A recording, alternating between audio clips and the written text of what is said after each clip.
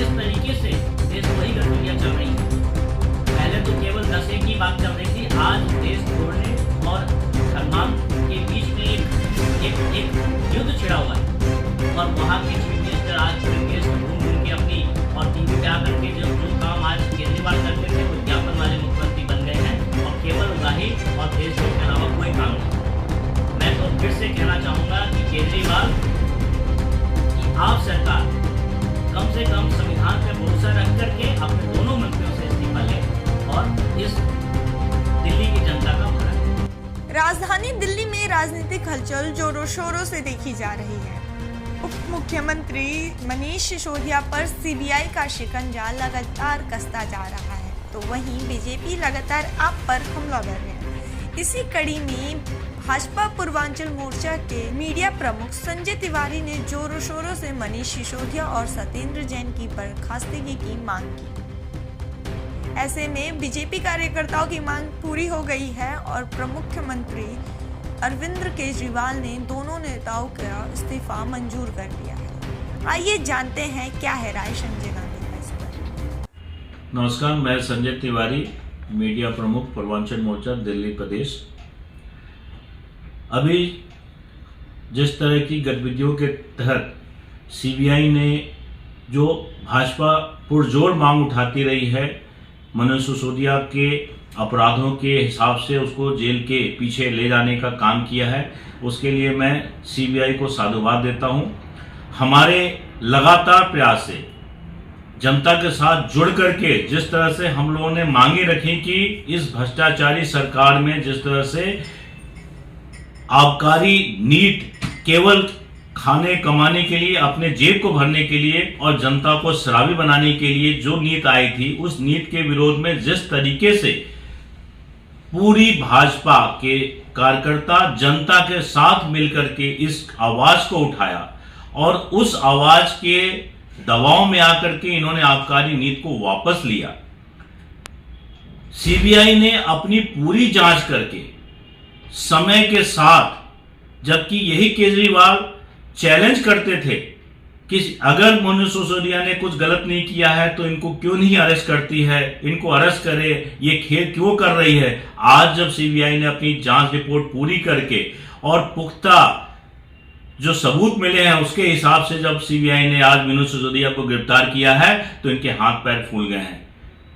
इसके पहले इनके सत्येंद्र जैन आज 8-9 महीने से जेल में हैं, जिनको की लगातार जमानत खारिज हो रही है।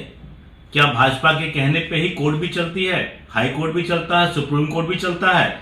अगर वो आज वो निर्दोष होते और सफिशिएंट सबूत नहीं होते तो क्या आज सत्येंद्र जैन जेल के बाहर नहीं होते?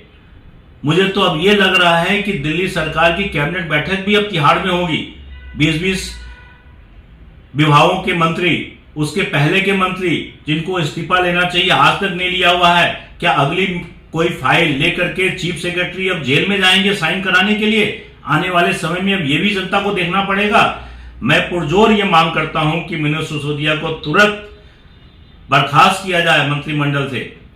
आप देख रहे हैं कि पंजाब में किस तरीके से देशद्रोही गतिविधियां चल रही हैं। पहले तो केवल नशे की बात चल रही थी, आज देश तोड़ने और धर्मांत के बीच में एक युद्ध छिड़ा हुआ है। और वहां के चीफ मिनिस्टर आज पूरे देश में घूम घूम के अपनी और टीवी पे आकर के जो काम आज केजरीवाल करते थे विज्ञापन वाले मुख्यमंत्री बन गए हैं और केवल उगाही और देशद्रोह के अलावा कोई काम नहीं है। मैं तो फिर से कहना चाहूंगा, बर्खास्त किया जाए मंत्रिमंडल से।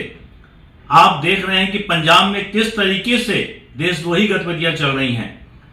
पहले तो केवल नशे की बात चल रही थी, आज देश तोड़ने और धर्मांत के बीच में एक युद्ध छिड़ा हुआ है।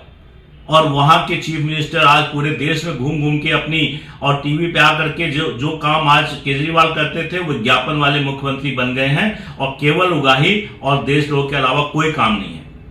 मैं तो फिर से कहना चाहूंगा कि केजरीवाल की आप सरकार कम से कम संविधान पे भरोसा रख करके अपने दोनों मंत्रियों से इस्तीफा ले और इस दिल्ली की जनता का भला करे। धन्यवाद। क्या लगता है सर, जो सड़कों पर आप उतरे थे, जो आपने संघर्ष किया था, वो कहीं ना कहीं सही दिशा में आगे बढ़ रहा है? आम आदमी पार्टी के उन लोग क्या जवाब देंगे जो कह रहे कि भाजपा ही सब कुछ करवा रही है सर? देखिए, आज जनता और हमारे कार्यकर्ताओं के बीच का सामंजस्य ही है कि ये आबकारी नीति वापस ली गई, क्योंकि आबकारी नीति ये केवल भाजपा के विरोध में नहीं ली है। जब जनता भाजपा के साथ खड़ी हुई तब इन्होंने उस विरोध को, उस तुगलकी फरमान को और उस टाइप की नीतियों को वापस लिया है।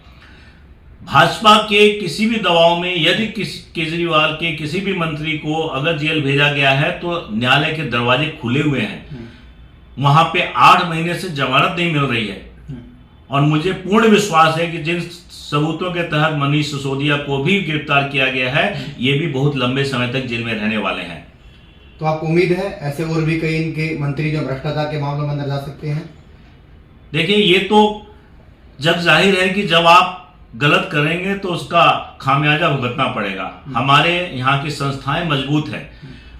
अगर आप भ्रष्टाचार करेंगे तो आपको वही होगा जो मनीष सिसोदिया और सत्येंद्र जैन या इनके और विधायकों के साथ हुआ था। आने वाले समय में ऐसे बहुत से लोग जो हैं, मुझे तो ये लगता है कहीं केजरीवाल तक भी ये भ्रष्टाचार की आग ना पहुंचे और इन्हें भी उसी रास्ते पे जाना पड़े।